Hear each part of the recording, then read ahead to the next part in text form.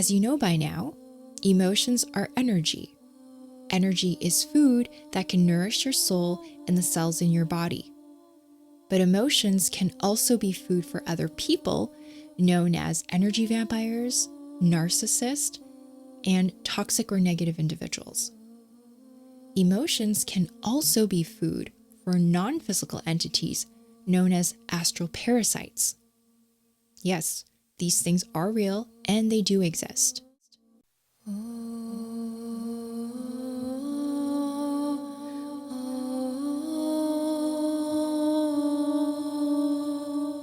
Hi, my name is Vicky Lynn, and welcome to the Higher Perspective Podcast, a show about seeing the truth to heal. Every week, I explore the non-physical realms that make up most of reality to bring awareness to the importance of spiritual health, inner healing, and energetics so that you can awaken to the truth of who you are. Welcome back to the second episode. Today, I'm going to talk about something very important. I'm going to expand on something I touched on last week, and that is human emotions. This is something I'm very passionate about for a couple of reasons. The first one is because since I was a child, I've been very emotional, and this has to do with the fact that I'm one of those people who are highly sensitive. Being sensitive has many positives, and I love it. But it does make experiences, including negative ones, much more intense. So when it comes to feeling negative emotions, they also hurt a lot more.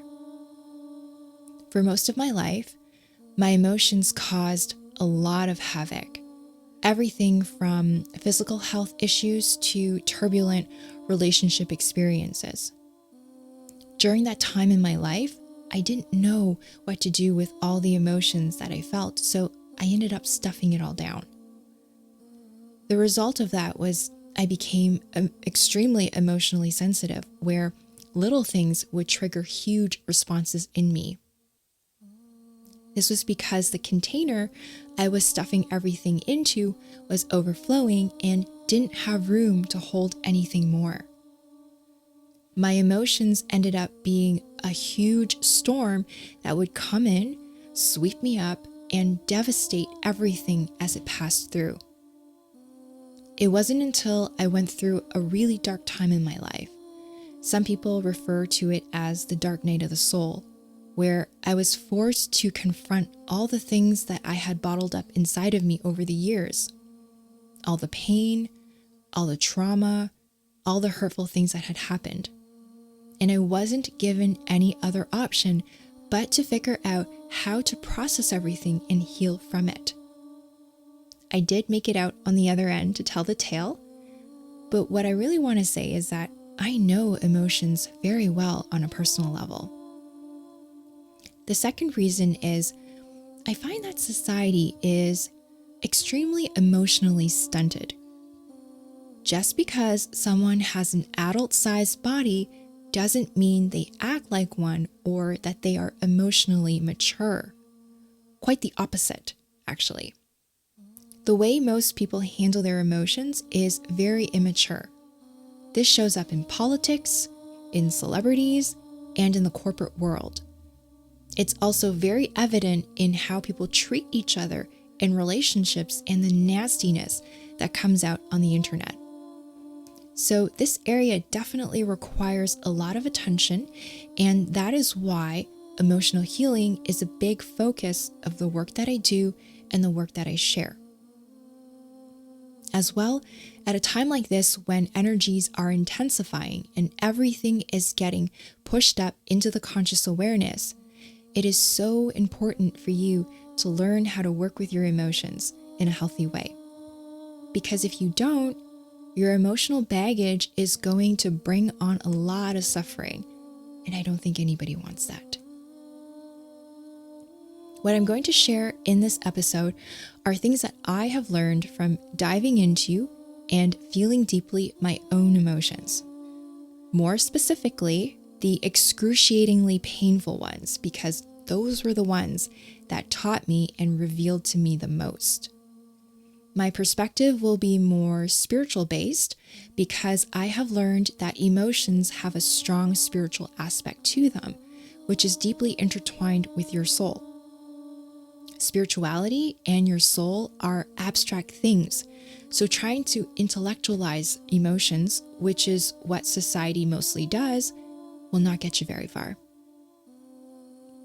All right, so let's begin by exploring what emotions are. In simple terms, emotions are pure vibrational energy. They can be measured as frequencies. They bring meaning and life to your human experience and gives it depth. Think of it like adding color to a black and white painting. It turns it into something more captivating, something more beautiful.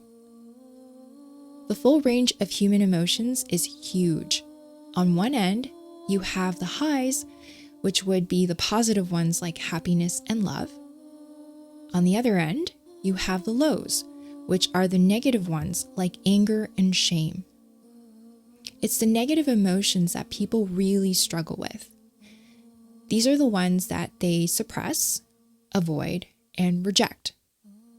And by doing that, it causes a major backlog of emotional energy, which I brought up in the last episode.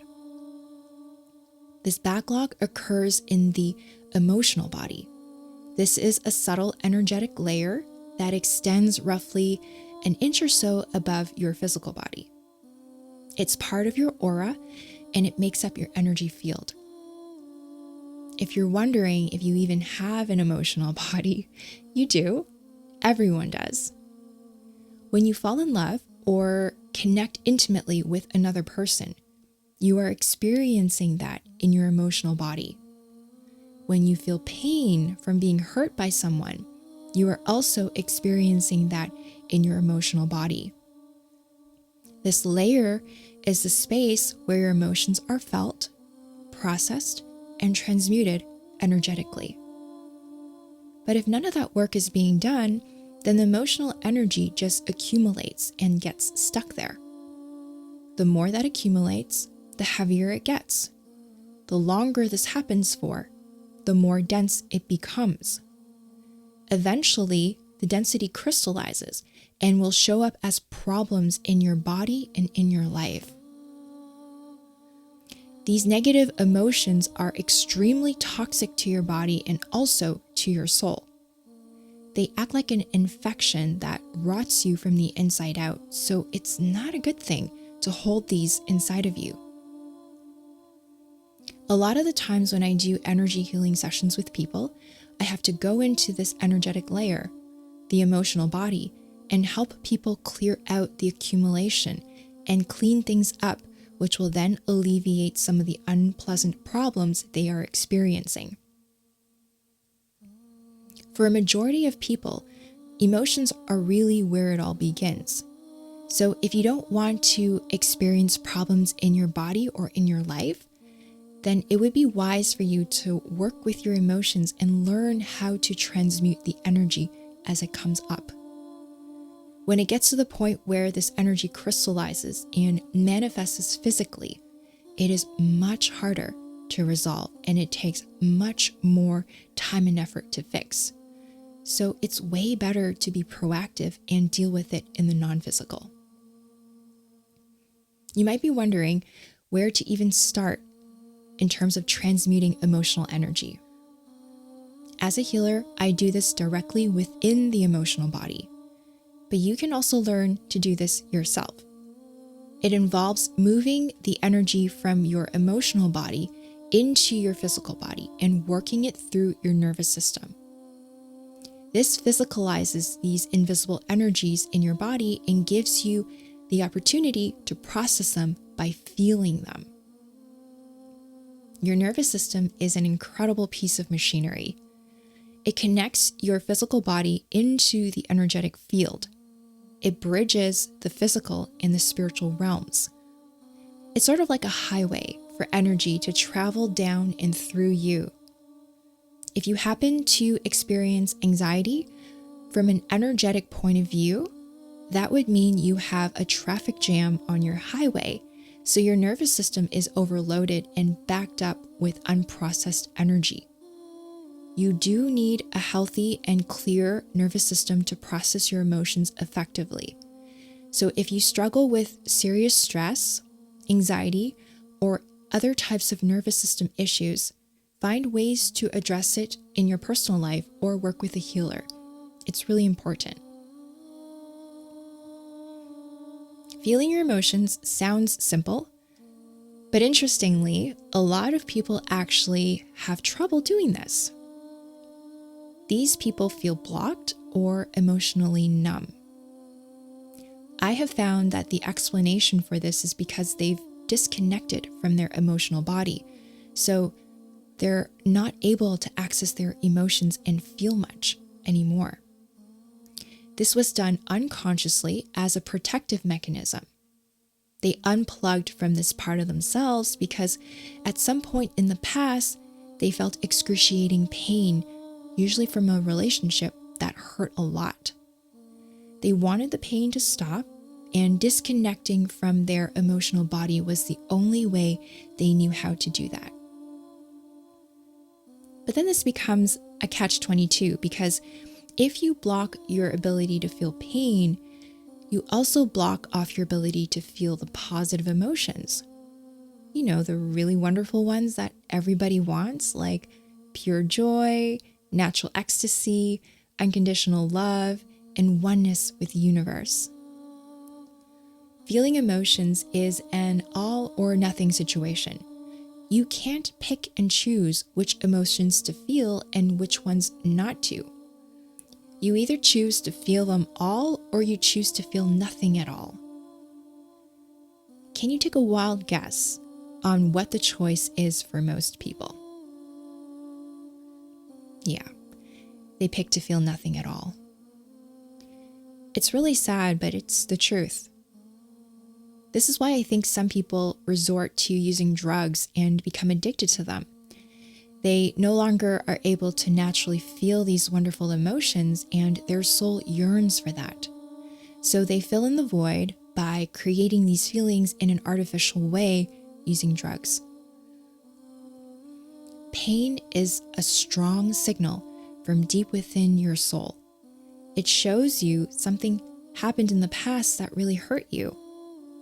That experience caused an emotional injury and left you with a wound.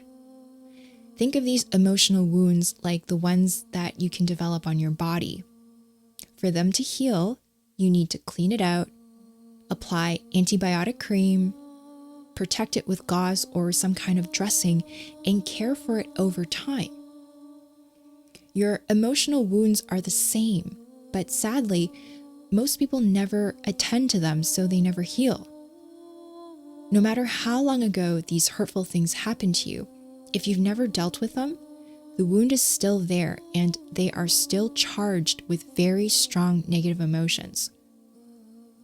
Remember earlier I said that suppressed negative emotions are extremely toxic and they act like an infection that rots you from the inside out? Well, if you have these internal wounds that have strong negative emotions attached to them, and it's been going on for many, many years, how bad do you think the internal infection is going to be?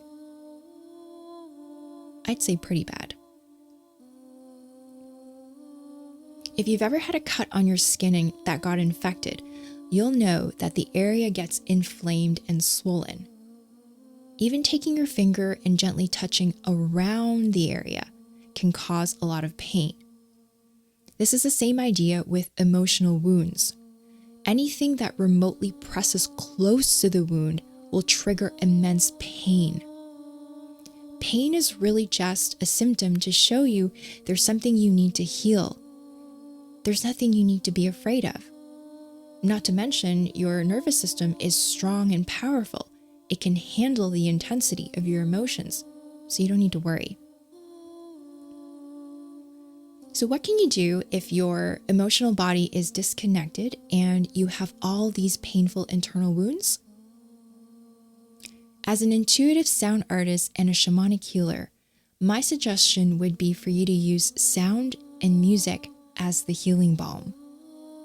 The honest truth is you have to find the courage to dive into the depths of your soul and feel everything, including the pain.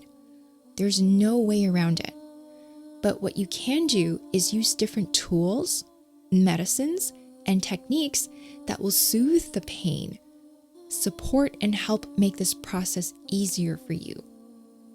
The good news is that emotions have a very short lifespan. So if you're worried about the pain, know that it's only going to be temporary and will not go on forever. Music is a familiar, safe, and enjoyable way to reconnect to your emotional body. It can help your body relearn how to feel again by bringing your entire sensory system back online. Think about when you watch a movie or a TV show. You become deeply absorbed into the storyline because of the music that is playing in the background. The music sets the mood and is actually curated specifically to evoke in you the same emotions that the character is feeling in the story. You start to resonate with the actor and become a part of the story. Now you're invested in the story and it feels very real to you. That is how you get hooked into movies and TV shows. You can take this same idea, but instead of using it just for entertainment, you can use it to help you heal your emotions. This is actually the concept behind the music I create. My intention with my music is to help you reconnect to your emotional body and support you in accessing your suppressed emotions in a gentle, loving, and soothing way. Healing is sensitive work, and it requires you to feel safe before your mind, body, and soul will open up to you. I use light language in my music, not English, purposely to bypass the conscious mind and help you recall certain memories held within your subconscious mind. These memories lead you to the wounds you have and need tender, loving care to heal. You don't have to listen to my music. You can listen to whatever music you like because all music will trigger emotions and memories in some way. But just know that healing music is designed very differently than popular music used in entertainment. Everything from the song being tuned to 432 Hz instead of 440 Hz, the intention that is put into it during creation, which gets embedded into the frequency waves, and the tones of the voice will affect your mind, body, and soul very differently. I cannot stress how important it is for you to be mindful of what you choose to listen to because energy in the form of sound carries information. And whether you are aware of it or not, you take in this information and it impacts you in huge ways. This is a topic I absolutely love, of course, because it's the work that I do. So I will do an entire episode in the near future where I share more about this. If this is something that interests you, then stay tuned. Sound is frequency, and so are your emotions. When there is a resonance, the sound frequencies act like a key that opens a lock on the door, giving you access to what you cannot consciously reach right now. The mood in music will trigger emotions that are similar to the sound frequencies in the song. Therefore, if you want to work with and heal, say, sadness or grief, choose instrumental music that sounds sad and go meditate with it. Allow the sound frequencies from the song to move through you and feel the emotions that it brings up within you. If you're worried about your emotions getting too intense or out of control as they rise up within you, there is a technique that you can use that will help stabilize you. The way to feel emotions without being swept up into the tornado is through slow, deep, and conscious breaths. Think of your breath like a pole that you hammer securely into the ground. When the tornado, your emotion, comes through, you hold onto that pole, your breath, so that you don't get blown all over the place. The tornado, like all weather, will pass shortly, and you will have survived it, coming out of it in decent condition. So anytime you feel an emotion rise inside of you, all you need to do is focus on your breath. Inhale slowly, counting up to 5, then exhale slowly. Keep repeating this simple exercise until the emotion completes its cycle fully. How many times you have to do this before emotion passes is going to be different for each wave. Just like all weather, the duration is never constant. How long your emotion lasts depends on what is triggered inside of you and the density in your emotional body. It might pass through within 30 seconds, or it might take 5 minutes. It's also not just going to be one wave. Expect another, and another, and another. But if you engage with your emotions and allow it to pass through your body with the technique I described, I guarantee you the next wave is going to be way less intense and much shorter. Because emotions are energy. When you do work and use up energy, which in this case is by feeling it through your body, it loses its power and becomes weaker. This is basic physics. Another way you can use up emotional energy is through creative expression. Examples you can consider include journaling, writing a letter you'll never send, acting it out by yourself, drawing or painting, any kind of movement like exercise or dance, and singing. Whatever form you choose, give yourself at least 5 minutes to express what you're feeling freely and do it without judgment of yourself. Something important I want to mention is that if you don't acknowledge how you really feel and give yourself the space to genuinely express your emotions, if you choose to stuff them down and deny them, you're going to end up subconsciously projecting your feelings onto other people and out into the world. Now, if this was love and joy, that would be fantastic. But sadly, the emotions that people suppress and deny are the really negative ones, the toxic and painful ones. So those are the ones that get projected out into the world. Can you start to see now why this world is filled with people who hate and criticize others? Does it make sense now why there are so many people who are angry with the world? Can you start to see now why people are extremely negative and mean towards others? These people are unconsciously projecting their own pain onto others to alleviate what they are feeling inside of them. It's extremely immature and a childish behavior, but I don't believe that it's done consciously. These people lack self-awareness and have never been taught how to deal with their emotions in a healthy way. They most likely subconsciously learned this from someone in their life who also is emotionally immature. Since you can't change others, just remember this and know that when others are being mean to you, where it's really coming from. Also, reflect upon how you treat others and how you feel about the world you live in. It will show you what you're projecting outwards that you need to take back and own. Feeling the emotions and allowing it to move through your nervous system is only half of the work of processing it. If you stop there, the process is not complete, so your emotions are likely going to keep coming back. This is because, just like physical symptoms that show up in your body, your emotions are coming up because your soul is trying to communicate something to you. Until you fully receive the message and do something about it, your soul will keep up the communication. The other half of the work you need to do is use your consciousness to integrate the emotions psychologically. This means you follow your emotion until you find the belief attached to it. The belief is what the emotion is really trying to show you. I'm going to use the analogy of fishing to help you understand this concept.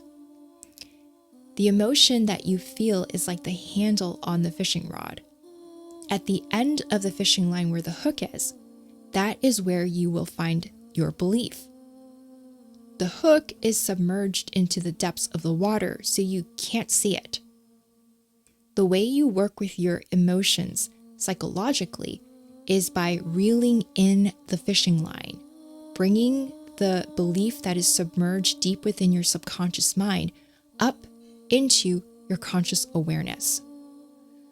It's important to uncover your subconscious beliefs because they act like a pair of colored glasses you put on over your eyes. It becomes a filter and alters how you see reality. For most people, the colored glasses they are wearing are causing them to see life and their experiences in a negative way. When you encounter a problem in your life, the problem itself is actually neutral. It's just an event, an experience. It's the beliefs you have about yourself, about others, and about the world that generates emotions which affects how you interpret the event and determines what kind of experience you have. Also, this is why when something happens in life and say 10 people are involved, rarely do all 10 people ever share the exact same experience. This is because each person carries their own beliefs. They're all interpreting the same event through their own colored glasses that are different than everyone else's. Once you find your belief, you examine it and analyze it. You question whether or not it is something that is serving you in a positive way and whether it's even true. In most cases, you'll find that it does not serve you and that it's not even true. And if not, guess what? You can easily take off your colored glasses and throw them away. Doing this will change your interpretation and response to what happened. This is how you can start to heal from things that have happened to you, no matter how long ago it occurred and how horrible it was. It's through looking at them clearly without filters where you can start to heal. So your emotions hold tremendous value and they serve an important purpose. They have meaning. They are coming up to show you the internal workings that are building your reality. And if you don't enjoy your current reality, it shows you how you can change it into something more desirable. This is the essence of how you do inner work. I'm sure there are many other ways, but this is how I personally do it. It's what has brought the best and most successful results. This is how I work with my own emotions and how I guide others in the consultation sessions I offer. Inner work is about traveling into the inner dimensions so that you can get in touch with your soul. For a lot of people, their soul is in very bad condition because of years of unconscious neglect, damage, and abuse. A lot of love and healing is needed, and attending to your emotions is a way for you to start doing that. Working with your emotions helps you develop a relationship with your authentic self, which is your soul. This is how you can achieve spiritual growth and evolve into the best version of yourself in life. To summarize, the formula to processing your emotions is pretty straightforward. There's only two parts. The first part is allow your emotions to come through you while you stabilize yourself with your breath. You do this until you feel the energy move from your emotional body into your physical body through your nervous system. The second part, work with your consciousness by tracing your emotions back until you find the limiting belief attached to it. Analyze that belief and then throw it out. That's it. Piece of cake, right?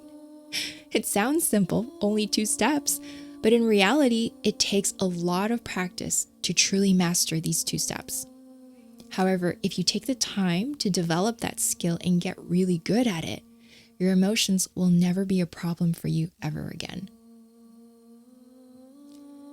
Let's shift the focus in a slightly different direction and explore emotions in another context. As you know by now, emotions are energy. Energy is food that can nourish your soul and the cells in your body. But emotions can also be food for other people, known as energy vampires, narcissists, and toxic or negative individuals. Emotions can also be food for non-physical entities known as astral parasites. Yes, these things are real and they do exist. As a matter of fact, there's a lot of interesting things in the non-physical realms. Part of what I want to do with this podcast is to explore those things with you.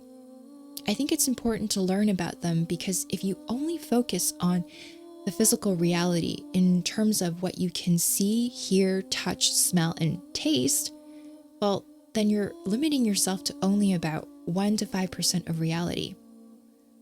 Ignoring the other 95 to 99% of reality would put you at a very big disadvantage in life.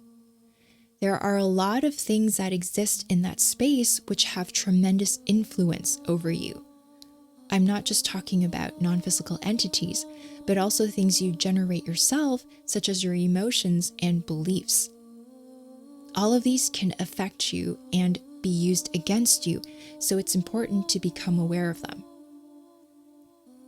Going back to how emotions are foods, whether it's another human being or another non-physical entity, these beings need to feed on your emotions and drain your energy because they are cut off from their own connection to source.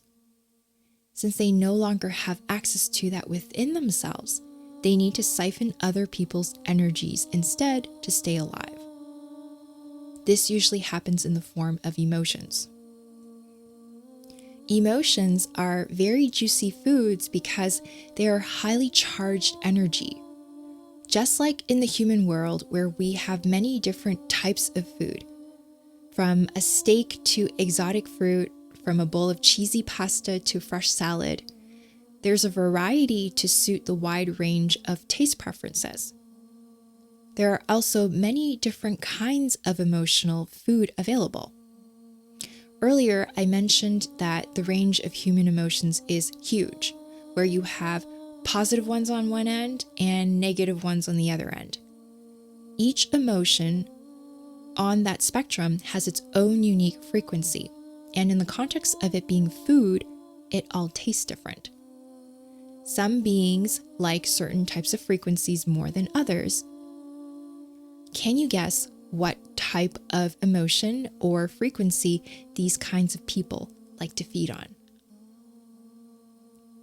Yeah, it's the low vibrational and negative emotions. The way I see it is when you're interacting with a negative or toxic person, they are starving for food, but they only like low vibrational food. So what are they going to do? They're going to manipulate you emotionally so that you produce the food they like. When you interact with these kinds of people and you're not paying attention, you're going to be led down a path that leaves you feeling angry, hurt, and upset. The exact type of energetic food they are looking for.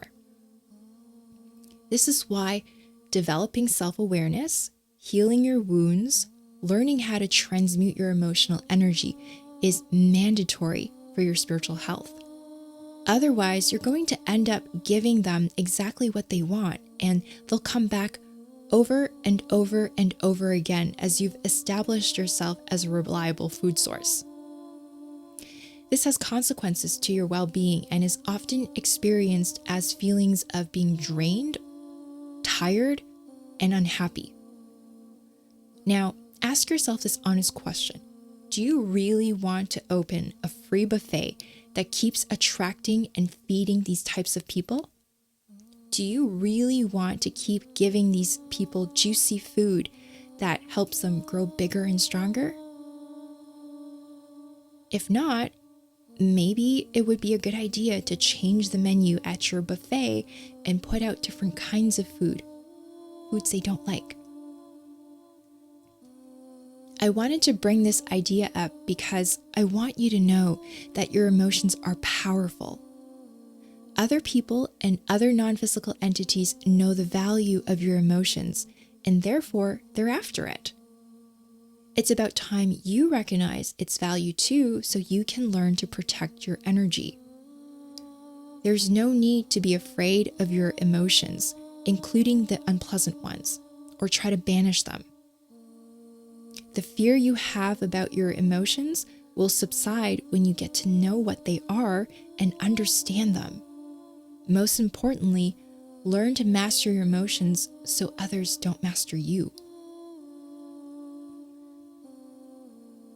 In the next episode, I'm going to dive into the non-physical realms and talk about a new idea that I refer to as spiritual immunity.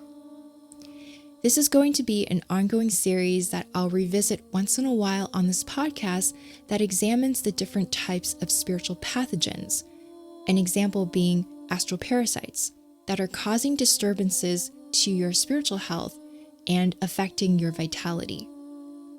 Just like how it's important to learn about microbiology in science to protect your physical health, it is equally important to learn about spiritual pathogens to protect your spiritual health and keep your soul thriving.